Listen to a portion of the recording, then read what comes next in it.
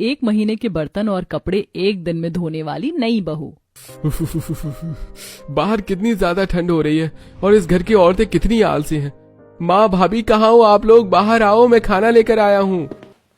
भैया आप बिल्कुल समय पर आए हो। आज तो मुझे बहुत तेज की भूख लग रही है। माँ भाभी अब जल्दी से खाना निकाल दो, बहुत ठंड लग रही है। राजू बेटा जा रसोई से बर्तन लेकर आ जा। सबको इतनी ज्यादा ठंड लग रही थी कि सब अपने कमरे से कंबल ओढ़कर बाहर डाइनिंग टेबल पर आकर बैठ जाते हैं। और जब राजू रसोई में जाता है तो उसे कहीं भी साफ बर्तन नजर नहीं आते और वो मुंह बनाकर बाहर आता है। एक भी साफ बर्तन रसोई में नहीं है, सारे गंदे। दिन में भी स्कूल से आकर मैंने खुद बर्तन धोकर खाना खाया था। मैं फिर से इतने बर्तन साफ नहीं करूँगा।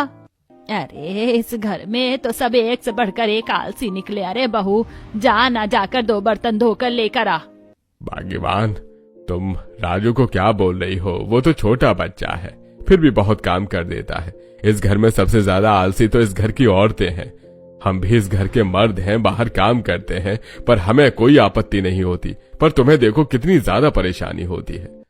अपनी सास की खरी खोटी सुनता देखकर सीमा खुद ही रसोई में जाती है और सिंक में सारे गंदे बर्तन देखकर खुद से बोलती है, पिछले हफ्ते ही तो मैंने इतने सारे बर्तन धोए थे। इस रसोई से तो बर्तन ही गायब होते जा रहे, सिर्फ कढ़ाई और परात ही खाली है। एक काम करती हूँ, यही लेकर चली जाती हूँ। आज परात कढ़ाई और भगोने में ही खाना खाएंगे।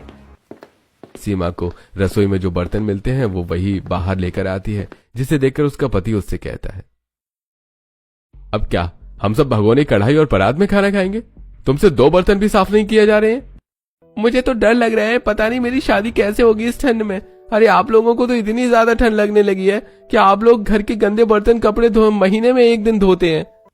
भैया ऐसे मत बोलो, ठंड ज्यादा है इसीलिए थोड़ा आलस आ रहा है। पिछले साल इतनी ठंड नहीं थी तो हम सब ने काम किया था। और वैसे भी अब आने वाली है ना छोटी भाभी इस घर में, देखती हूँ मैं ठंड में कितना काम करती हैं। देख लेना, इतनी ज्यादा ठंड है कि वो भी कुछ काम नहीं कर पाएंगी।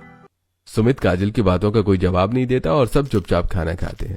इसी तरह कुछ दिन बीत जाते हैं और घर में साफ सफाई न होने की वजह से गंदगी फैलने लगती है। और ऐसे ही एक सुबह जब विनोद खुद चाय बनाने के लिए रसोई में जाता है तो वो देखता है कि पूरी रसोई फैली हुई है और सारे गंदे बर्तन भी जमीन पर, स्लैब पर, सिंक पर इधर उधर पड़े हुए हैं। इसके बाद वो खुद चाय बनाने के लिए कुछ बर्तन धोने लगता है और तभी वहां उसके दोनों बेटे भी आ जाते हैं। पापा आप बर्तन धो रहे हैं, हमें बोल देते। अरे बेटा, अब इस घर में खुद ही अपने कपड़े बर्तन धोने पड़ेंगे और खाना भी खुद ही बनाना पड़ेगा। अगर इस घर की औरतों के भरोसे रहे ना तो भूखे मर जाएंगे।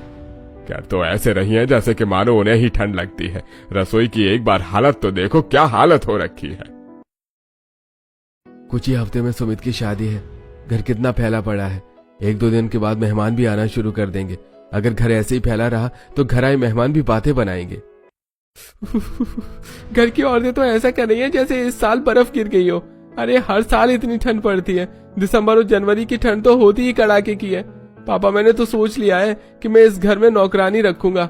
अब नौकरानी के भरोसे हमें खाना, साफ कपड़े और बर्तन मिल सकता है। सुमित की बात पर विनोद भी हाँ कर देता है और बहुत जल्द वो लोग घर में एक नौकरानी को बुलाते हैं। अरे वाह, आप घर में नौकरानी रख रहे हैं, ये तो बहुत अच्छा किया आपने। अब घर में एक नौकरानी रहेगी तो इस ठंड में समय समय पर चाय भी मिलती रहेगी। अरे खुद से तो कुछ होता नहीं है, बढ़ती उम्र के साथ 1 नंबर की आलसी हो गई हो और अपने साथ अपनी बहू और बेटी को भी शामिल कर लिया है तुमने। सुनो कांता, तुम सिर्फ साफ सफाई, बर्तन और कपड़े का काम करोगी, बाकी काम इस घर की औरतें कर देंगी। मालिक, मैं घर का काम तो कर देगी, पर इस घर की एक बार हालात तो देखो। मैं और नौकरानी से ज्यादा पैसा लेगी इसका। हाँ ठीक है, ले लेना, वैसे भी शादी का घर है। विनोद जब एक नौकरानी को रख लेता है और रोज सुबह 8 बजे कांता आकर घर के काम करने लगती है और जैसे ही रसोई में कदम रखती है वो देखती है कि घर में बर्तनों का भंडार लगा हुआ है।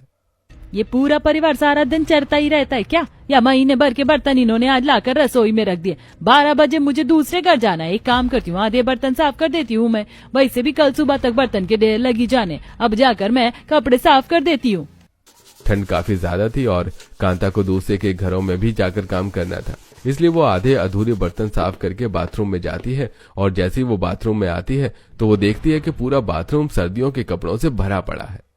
अगु भाई, इन लोगों ने अपने कपड़े बाथरूम में रखे हैं या पूरे मोहल्ले के कपड़े उठा कर रख दिए हैं। मैं इतनी ठंड में इतने सारे कपड़े कैसे साफ करूं? जल्दी से शादी हो जाए, उसके बाद मैं अपना ही साफ करवा लेगी। इतना काम मुझसे नहीं होगा इस घर का। इतने सारे गंदे कपड़े देखकर कांता की सर्दियों में पसीने छूट जाते हैं और वो कांपते हुए ठंड में ढेर सारे कपड़े धोती है, जिस वजह से वो अगले घर में साफ सफाई करने जाने के लिए लेट हो जाती है। इसी तरह कुछ दिन बीत जाते हैं और घर में मेहमान आना शुरू हो जाते हैं और बहुत जल्द सुमित की शादी हो जाती है। और जब शीतल शादी करके अपने ससुराल आती है तो वो देखती है कि दरवाजे पर उसके स्वागत के लिए घर की कोई भी औरत खड़ी नहीं है। तो वहीं मेहमान आपस में बातें बना रहे होते हैं। जैसे जैसे समय गुजर रहा है, इस घर की औरतें तो दिन प्रतिदिन आलसी होती जा रही हैं। बताओ जरा, नई नवेली दुल्हन दरवाजे पर खड़ी और इस घर की औरतें कंबल ओढ़ कर लेटी हैं। 1 घंटे के लिए भी इनसे रजाई से बाहर नहीं निकला गया। विनोद भैया, ना तो तुम्हारे घर में सफाई और ना ही तुम्हारे घर की औरत घर की बहू का गृह प्रवेश करवाना चाहती है। अब घर के मर्द ही आ जाओ बहू का गृह प्रवेश करवाने के लिए। पता नहीं नई बहू का क्या ही होगा। अरे नहीं बुआ जी, ऐसा कुछ नहीं है। माँ बस पूजा की थाल लेने के लिए गई हैं और काजल को भी बहुत सारा काम है और सीमा भी शायद काम में ही बिजी है। राजू, जाओ दादी को बुलाकर लाओ और उनसे कहना कि चाची दरवाजे पर खड़ी हैं। जब तक वो उनका गृह प्रवेश नहीं करवाएंगे चाचा घर में नहीं आएंगे, और अगर वो ना आए तो कहना पापा ने बोला है। ठीक है पापा, अभी बुला कर लाता हूँ। पंकज बात को तो संभाल लेता है, पर लोगों की बातें सुनकर शीतल के दिमाग में काफी सारी बातें चलने लगती हैं। इस घर में आखिर चल क्या रहा है? शादी में भी घर की औरतें नहीं आई थी और घर आए मेहमान कैसी बातें कर रहे हैं, और मुझे तो कितनी ज्यादा ठंड लग रही है। माँ जी जिधर भी हो जल्दी से आकर गृह प्रवेश करवा दो मेरा। राजू के बुलाने पर घर की औरतें मुंह बनाकर बाहर आती हैं और जब आशा अपनी बहू का गृह प्रवेश करवा रही होती है तो वो अपने पति और बेटे को भी खरी खोटी सुना रही होती है। जो करे सब कुछ इस घर की औरतें ही करें, इस घर के मर्द कुछ ना करे। सुमित्रा, शोभा, तुम दोनों भी तो इस घर की ही हो। ये तुम्हारी बहू नहीं है क्या? बताओ, ठंड के मारे मेरे हाथ पैर काम करना बंद कर रहे हैं और तुम लोग हो जो मुझे ही परेशान कर रहे हो। बिल्कुल सही कहा माँ जी, आज इतनी ज्यादा ठंड हो रही है और ठंड से तो मुझे बुखार ही चढ़ चुका है। देखिए कितना जुकाम है मुझे। खास कर तो मेरी हालत खराब हो रही है। सीमा बहू, थोड़ा ऊपर वाले से डरो। तुम्हारे घर के हर कोने में हीटर चल रहा है, घर के अंदर जरा भी ठंड नहीं लग रही। पता नहीं तुम लोगों को कितनी ठंड लगती है। अरे जितना सोचोगे ना उतनी ज्यादा ठंड लगेगी, इसीलिए थोड़ा काम करो ताकि शरीर में फुर्ती रहे और गर्मी आए। घर आए मेहमान नई बहू के सामने ही आशा और उसकी बहू को खरी खोटी सुनाते हैं। कुछ देर में गृह प्रवेश होता है और सभी मेहमान अपने अपने कमरे में जाकर आराम करते हैं। तो वहीं शीतल सुमित से कहती है, इस घर में चल क्या रहा है? घर आए मेहमान माँ जी, दीदी और ननद जी की इतनी बुराई क्यों कर रही थी और कोई कुछ बोल भी नहीं रहा था। शीतल, तुम्हें तो पता है अतिथि देवो भव। हम घर आए मेहमानों को कुछ नहीं बोल सकते और लोगों का तो काम ही होता है किसी न किसी की चुगली करने का। औरतों के पास और कोई काम थोड़े ना रहता है। रात बहुत हो गई है और ठंड भी ज्यादा है। कल सभी मेहमान चले जाएंगे, उसके बाद तुम्हारी पहली रसोई होगी तो तुम आराम कर लो। वैसे भी अब इस घर की डोर तुम्हारे ही हाथ में आने वाली है। इतना बोलकर सुमित सोने के लिए चला जाता है और शीतल भी ज्यादा सोचती नहीं और आराम से सो जाती है। अगली सुबह होते ही मेहमान भी जाने की तैयारी करने लगते हैं। चलो बहू, हम अब जा रहे हैं, अपना ख्याल रखना और हाँ, अपने सास जेठानी और ननद जैसी मत बन जाना। चलो भाई, अब हमें विदाई दे दो। हाँ बुआ जी, मौसी आप लोग आराम से जाना और घर पहुंचकर फोन जरूर करना। कुछ देर में सभी मेहमान अपने अपने घर के लिए निकल जाते हैं और मेहमानों के जाने के बाद शाम को जब कांता घर की सफाई करने के लिए आती है तो फिर से इतने सारे गंदे कपड़े और बर्तन देखकर उसका दिमाग घूम जाता है। अगो भाई, मैं नौकरानी है पर इसका मतलब ये तो नहीं कि पूरे मोहल्ले का काम मुझसे निकलवाओगे। इतने सारे बर्तन और कपड़े मालिक खुद ही देखो, मैं इसका डबल नहीं ट्रिपल पैसा लेगी। बताओ जरा, हमारे डबल पैसे देने के बाद भी ये क्या कह रही है? ये तो हमारे सर पर चढ़ गई है। सुनिए जी, जितनी इसकी पगार बनती है उतना ही दीजिए। ऐसे कैसे? बात जितनी हुई थी उतना तो मैं लूंगी ही, और जितना एक्स्ट्रा मैंने काम किया है उसका भी लूंगी मैं। इन नौकरों की तो आदतों से मैं परेशान हूँ, इसीलिए मैं इस घर में कोई नौकर नहीं चाहती। शीतल, अब तुम इस घर की बहू हो, इतने सालों से मैंने घर संभाला है, अब तुम्हें संभालना होगा। देख रही हो ना नौकरानी कैसी है। अरे कांता, शांत हो जाओ तुमने जो एक्स्ट्रा काम किया है मैं तुम्हें उसके पे ही पैसे दे दूंगा। बोलो कितने चाहिए, अपना हिसाब करो और जाओ। हमारी घर संभालने के लिए अब इस घर में बहू आ गई है जो घर की औरतों की तरह नहीं है। हाँ हाँ कर दो मेरा हिसाब, मुझे वैसे भी यहाँ पर काम करने का शौक नहीं है। जितना काम मैं यहाँ करती है इतना काम मैं 4 घर में अलग अलग टाइम पर करती। अगो भाई, पर मुझे तरस तो नई बहू पर आ रहा है। बहू, इस घर की औरतें महीने में 1 दिन बर्तन और कपड़े साफ करती हैं, बाकी के 30 दिन तुम्हें ही संभालना है। कमर कस लो अपनी। कांता अपना हिसाब करके वहां से चली जाती है और ये सब देखकर शीतल परेशान हो जाती है और इसी तरह पूरा दिन बीत जाता है। अगले दिन जब उसकी पहली रसोई होती है और वो अपनी पहली रसोई करने के लिए रसोई में जाती है तो वो देखती है कि पूरी रसोई बिखरी हुई है और रसोई का हर एक बर्तन गंदा पड़ा है। और तभी वहां राजू आता है। चाची, मुझे स्कूल के लिए बहुत लेट हो रहा है। माँ तो 9 बजे से पहले उठती ही नहीं है। आप जल्दी से मेरे लिए नाश्ता बना दो, मेरा बैग पैक कर दो। हमेशा सुबह नाश्ता पापा ही बनाते हैं और रात को खाना चाचा बनाते हैं। अब समझ में आ रहा है मुझे कि क्यों हर कोई मुझसे इस घर की औरतों की असलियत बता रहा है। इस घर की औरतें तो सच में बड़ी आलसी और कामचोर हैं। इतनी ज्यादा ठंड है नहीं जितनी इन्होंने ठंड मचा रखी है। रसोई की क्या हालत कर रखी है। अगर इस रसोई को मैंने पहले साफ किया तो राजू का स्कूल छूट जाएगा और मैं उसे भूखा नहीं जाने दे सकती। काम करती हूँ, पहले थोड़े से बर्तन साफ करके राजू के लिए अलग लंच बना देती हूँ। जब इस घर के लोग चले जाएंगे उसके बाद साफ सफाई करूंगी। रसोई की हालत देखकर शीतल समझ जाती है कि क्यों सब लोग इस तरह की बातें कर रहे हैं। अब वो सबसे पहले कुछ बर्तन साफ करती है और राजू के लिए लंच बनाती है और तभी घर के सभी लोग डाइनिंग टेबल पर जाकर खाने की मांग करते हैं। अरे शीतल बहू, आज तुम्हारी पहली रसोई थी, कहीं ऐसा तो नहीं है इस घर की औरतों का असर तुम पर चढ़ गया? कुछ बनाया अभी तक कि नहीं? पापा, अब आप बहू आलसी लेकर आए तो उसमें हमारी क्या गलती है? हमें क्यों सुना रहे हैं? ऐसा कुछ नहीं है पापा, मैं सुबह जल्दी उठ गई थी पर रसोई बहुत ज्यादा गंदी थी, इसीलिए खाना बनाने में थोड़ा समय लग गया। राजू, तुम्हारा लंच भी मैंने पैक कर दिया है। चलो भाई, इस घर में कोई तो आया जिसको ठंड कम लगती है, वरना हमसे तो ठंड में कोई काम ही नहीं हो पाता। पर जो भी कहो, जब मैं जवान थी तो मैं शीतल बहू से भी ज्यादा फुर्तीली थी। इस तरह सब हंसी मजाक करके एक साथ खाना शुरू करते हैं और खाना खाने के बाद घर की सारी औरतें फिर से अपने अपने कमरे में जाकर हीटर चलाकर रजाई में लेट जाती हैं। वहीं शीतल फिर से रसोई में जाती है और सबसे पहले पूरी रसोई साफ करके सारे गंदे बर्तन धोती है, जिसके बाद वो घर में झाड़ू पोछा करती है और उसके बाद बाथरूम में जाती है जहां वो देखती है काफी सारे कपड़े रखे हैं। इतने सारे कपड़े देखकर शीतल परेशान हो जाती है और तभी वहां से गुजर रही सीमा उससे कहती है, ओह, क्या हुआ शीतल? कपड़े देखकर परेशान हो गई क्या? अरे इससे ज्यादा कपड़े धोती हूँ मैं। कपड़े इतने ज्यादा हो जाते हैं इस घर में कि क्या ही बताऊं। इसीलिए मैंने तो नियम बना रखा है, महीने में 1 ही दिन धो लेंगे कपड़े बर्तन। रोज रोज इतना काम कौन करे? क्या 1 महीने पर? अगर 1 महीने में कपड़े और बर्तन धोएंगे तो वो तो बहुत ही ज्यादा गंदे हो जाएंगे। ठीक है, जैसी तुम्हारी मर्जी। वैसे इन कपड़ों को देखकर तो ऐसा ही लग रहा है कि 1 महीने के ही कपड़े हैं। तुम कपड़े धो रही हो ना? मैं घर वालों को कह देती हूँ कि उनके पास और भी जितने गंदे कपड़े रखे हैं वो भी निकाल के दे दें। सारे एक बार में धुल जाएंगे तो ज्यादा अच्छा रहेगा।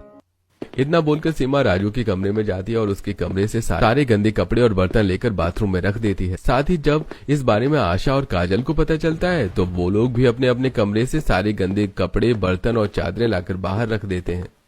ये लो भाभी, पूरे 1 महीने के गंदे बर्तन और कपड़े हैं, हमारे कमरे में रखे हुए थे। रोज रोज आपको परेशान करना अच्छा नहीं लगता, इसीलिए सोचा कि महीने में 1 बार ही आपसे सारे कपड़े और बर्तन साफ करवा लें। इस घर में कितने सारे बर्तन हैं? इतने सारे बर्तन आप लोगों के कमरे में रखे थे तो आप लोग 1 महीने से बाहर भी नहीं निकले, और कपड़े इतने सारे? मुझे तो पूरा दिन बस बर्तन और कपड़े ही साफ करने में लग जाएगा। अरे बहू, इतना ज्यादा भी नहीं है। घर में कपड़े धोने की मशीन रखी तो है, आराम से धो लेना। राजू भी स्कूल से आ जाता तो उसके कपड़े भी दे देती। वैसे बहुत ठंड लग रही है, मैं तो चली आराम करने। सीमा, काजल और आशा सारे गंदे बर्तन और महीने भर के कपड़े निकालकर शीतल को देकर वहां से चले जाते हैं, जिसके बाद शीतल सारे गंदे कपड़े और बर्तन छत पर ले जाती है। ऐसा लग रहा है जैसे कि पूरे गांव के बर्तन और कपड़े लाकर इन्होंने घर में रख दिए हैं। इस घर में कितने बर्तन और कपड़े रखे? अगर मशीन के भरोसे ही रही तो आज सारे कपड़े नहीं धुल पाएंगे। कुछ मशीन में डाल देती हूँ, जब तक मशीन में कपड़े धुलेंगे मैं बर्तन और बाकी के कपड़े भी साफ कर लूंगी। इतना बोलकर शीतल काम करने के लिए बैठ जाती है। छत पर धूप अच्छी होती है, इसलिए उसे ठंडे पानी से काम करने में दिक्कत नहीं होती। वहीं पड़ोस की औरतें इतना सारा बर्तन और कपड़ा देखकर उससे कहती हैं, अरे बाप रे, ये तो मैं जानती थी कि तुम्हारे घर की औरतें नहाती धोती नहीं है, बस कपड़े बदलती है, पर मुझे ये नहीं पता था कि तुम्हारे घर में इतने सारे कपड़े और बर्तन रखे हैं। इनके घर में इतने सारे बर्तन और कपड़े रखे हैं तभी तो ये लोग महीने में 1 दिन धोते हैं। बहू, अभी मौका है, अपने घर वालों को लाइन पर ले आओ, वरना तुम्हारी तो बुरी हालत हो जाएगी। आप सही कह रही हैं आंटी, मुझे यहाँ आए अभी हफ्ता भर ही हुआ है और इन कुछ दिनों में ही मैं परेशान हो गई हूँ। अब मैं नई हूँ, कोई एक्शन भी नहीं ले सकती। शीतल को अभी अपने ससुराल में आए महीना भर भी नहीं हुआ था, इसलिए वो चुपचाप अपने घर वालों की मनमानी को बर्दाश्त करती है। कुछ ही देर में वो सारे गंदे कपड़े और बर्तन साफ करके नीचे आती है और सारे बर्तनों को रसोई में रखने लगती है। तभी वो देखती है कि काजल ने बाहर से कुछ खाना ऑर्डर किया है और काजल राजू के साथ रसोई से बर्तन लेकर कांपते हुए खाना शुरू कर देती है। ओह, राजू कितना ज्यादा ठंड लग रही है ना। तेरे स्कूल की कब छुट्टी पड़ेगी सर्दियों की? कल से ही है बुआ, आपको पता है रोज पापा मुझे अपने साथ सुबह नहला देते हैं। आप छुट्टी में रहूंगा तो मैं भी आपकी तरह हफ्ते में या 10 दिन पर नहाया करूंगा। राजू और काजल जब हॉल में बैठकर खाना खा रहे होते हैं तो उन्हें देखकर शीतल को बहुत गुस्सा आता है। इसी तरह कुछ दिन बीत जाते हैं और जब शीतल देखती है कि उसके घर की औरतें 4-5 दिन पर नहा रही हैं और बिना नहाई कपड़े बदलकर परफ्यूम छिड़क कर बैठ रही हैं तो दीदी, आप, माजी और काजल हर वक्त घर में बिस्तर पर हीटर चलाकर बैठी रहती है। इतनी ज्यादा ठंड नहीं है, ऐसे तो आपकी तबीयत खराब हो जाएगी। और 10 दिन हो गए आप लोग नहाए नहीं है। आप लोग नहीं नहाओगे तो बच्चा क्या सीखेगा? अरे शीतल, ठंड में रोज रोज नहाता कौन है? और साइकोलॉजी के अनुसार भी इंसान को हफ्ते में 2 या 3 दिन नहाना चाहिए और ठंड में तो 1 महीना भी ना नहाए तो भी चलेगा। इनसे तो कुछ बोलना ही बेकार है। सीमा की बातें सुनकर शीतल वहां से चुपचाप चली जाती है। इसी तरह कुछ दिन बीत जाते हैं और क्योंकि 2 दिन पहले ही शीतल ने घर के 1 महीने के कपड़े और बर्तन धोए थे तो इस बात का फायदा घर वाले उठाते हैं। चलो अच्छा किया तुमने घर के सारे बर्तन और कपड़े साफ कर दिए। अब मैं रनिंग के लिए कपड़े बदल रहा हूँ और हाँ, जब मैं रनिंग करके आऊंगा तो मेरे दूसरे कपड़े निकाल कर रखना। पर पापा जी, अभी ठंड है। ठंड में तो एक ही कपड़े इंसान 2 या 3 दिन पहनता है। आपने तो कल रनिंग के लिए कपड़े पहने थे, वही पहन लो। शीतल, पहले हम एक ही कपड़े 2 या 3 दिन पहनते थे क्योंकि हमारी मजबूरी थी और पहले घर में 1 महीने पर बर्तन और कपड़े साफ होते थे जो कि तीनों सास बहू और बेटी मिलकर करती थी। पर अब तुम इस घर में आ गई हो तो कितने अच्छे से घर की सारी जिम्मेदारी निभा रही हो और अगर कपड़े गंदे हो जाएंगे तो फिर से तुम साफ कर देना। घर की औरतों से तो बेचारी शीतल परेशान ही थी, पर अब घर के आदमी भी अकेली शीतल को सर्दियों में परेशान करने लगते हैं, जिस वजह से शीतल अपने घर वालों से परेशान होने लगती है। इसी तरह कुछ दिन बीत जाते हैं और एक दिन काजल, जो कि पिछले 10 दिनों से नहीं नहाई थी, उसके शरीर से बदबू आ रही थी और इसी बीच उसकी सहेली असाइनमेंट लेने के लिए आती है। यार काजल, सच सच कहना, तू कितने दिन से नहीं नहाई है? सर्दियों शुरू हुई है तब से ना। तूने तो झूठा मेडिकल दिखाकर कॉलेज से भी 2 महीने की छुट्टी ले ली। जानती है तेरे शरीर से कितनी गंदी बदबू आ रही है। कोई तुझे कुछ बोलता नहीं है क्या? अरे यार, ठंड में रोज रोज कौन नहाता है। मेरा परफ्यूम खत्म हो गया है, मैं आज ही ऑर्डर कर देती हूँ, फिर तू देखना सिर्फ खुशबू आ रही होगी। काजल की बातें सुनकर खुशी मुंह बनाकर चुपचाप असाइनमेंट लेकर वहां से चली जाती है, जिसके बाद काजल कुछ परफ्यूम और रूम फ्रेशनर ऑर्डर कर देती है। 2 ही दिन में उसकी डिलीवरी आ जाती है, पर जब डिलीवरी आती है तो उसके बाल बिखरे होते हैं। उसने भालू वाली टोपी लगा रखी होती है, हाथ में ग्लव्स और पैर में मोटे सॉक्स पहने होते हैं और गर्म पजामा। वो जब दरवाजा खोलती है तो डिलीवरी बॉय जोर से चिल्लाता है और उसके हाथ से पार्सल छूट जाता है। चुड़ैल, चुड़ैल, घर में तो चुड़ैल है। अरे भैया, ये क्या बदतमीजी, मैं कोई चुड़ैल नहीं हूँ, इंसान हूँ और ये ऑर्डर मैंने ही किया था। चुपचाप से मेरा पार्सल दो। अरे बेटा, पूरे महीने नहाओगी नहीं तो कोई भी देखकर तुम्हें डर ही जाएगा। पता नहीं कैसा परिवार है तुम्हारा, माँ बेटी बहू सब एक जैसी हैं। अपने पड़ोसी की बात सुनकर शीतल मुंह बनाकर वहां से चली जाती है और ये सब देखकर शीतल को काफी गुस्सा आता है। इन लोगों ने तो हद मचा रखी है। रसोई में भी बर्तन कम हो गए हैं और ये लोग अपने गंदे कपड़े भी नहीं निकाल कर दे रहे हैं। पक्का 1 महीने का इंतजार कर रहे हैं। इस बार 1 महीने के गंदे कपड़े और बर्तन ये मुझे देंगे तो मैं साफ करने से रही। अब इनको इन्हीं की तरह मुझे निपटाना होगा। जब मैं साफ सफाई नहीं रखूंगी, खाना बनाकर नहीं दूंगी, तभी इन्हें समझ आएगा। अब मुझे भी इनकी तरह आलसी बनना पड़ेगा। अपने घर वालों से परेशान अब शीतल भी उनकी तरह बनने का फैसला करती है और अगले दिन वो भी काफी देर तक सोती है। शीतल, क्या हुआ? तुम्हारी तबीयत खराब है क्या? 8 बज गए हैं, तुम अभी तक सो रही हो। आज बहुत ठंड है, मुझे भी ठंड लगती है। आप बाहर से कुछ मंगा कर खा लो या बाहर ही जाकर कुछ खा लेना। मैंने सोचा नहीं था इस घर में आकर तुम भी इस घर की औरतों की तरह बन जाओगी। सुमित मुंह बनाकर बाहर जाता है, जहां पंकज उसे देखकर कहता है, अरे सुमित भाई, तेरी बीबी कहाँ रह गई? अब तक शीतल ने हमें खाना क्यों नहीं बना कर दिया? भैया भूल जाओ, इन 1 महीनों में शीतल को भी इस घर की औरतों की हवा लग गई है। वो भी उनकी तरह आलसी हो गई है। पहले की तरह हमें अपना नाश्ता खुद बनाना होगा। सुमित की बात सुनकर पंकज रसोई में जाता है और दोनों भाई मिलकर अपने लिए पुलाव बनाते हैं और पूरी रसोई फैला देते हैं। इसी तरह 3 से 4 दिन बीत जाते हैं। रसोई में सफाई न होने की वजह से और बचा हुआ खाना सड़ने की वजह से रसोई में छोटे छोटे कीड़े आने लगते हैं। साथ ही बर्तनों पर कॉकरोच घूमने लगते हैं और रसोई से इतनी गंदी बदबू आती है कि आस पड़ोस के लोग उनके घर पहुंचते हैं। अरे तुम लोग इंसान हो या जानवर, तुम्हारे घर की बदबू हमारे घर तक फैल रही है और तुम लोग आराम से घर में बैठे हो। अरे भाई साहब, अगर आप अपने घर की औरतों को संभाल के नहीं रख सकते ना, तो एक काम कीजिए, घर में नौकरानी रख लीजिए ताकि घर की साफ सफाई हो सके। वही गंद मचा रखी है आप लोगों ने अपने घर में। मैं आप लोगों से माफी मांगता हूँ। मैं खुद जाकर रसोई देखूंगा और सफाई कर दूंगा। इस घर की औरतों से तो कुछ होने से रहा। और रही नौकरानी की बात, इस घर की औरतें घर में इतनी गंदगी रखती हैं और महीने में जो इन्होंने एक दिन बर्तन और कपड़े धोने का जिम्मा उठा रखा है, इस वजह से घर फैला पड़ा रहता है और कोई नौकरानी इस घर में काम नहीं करना चाहती।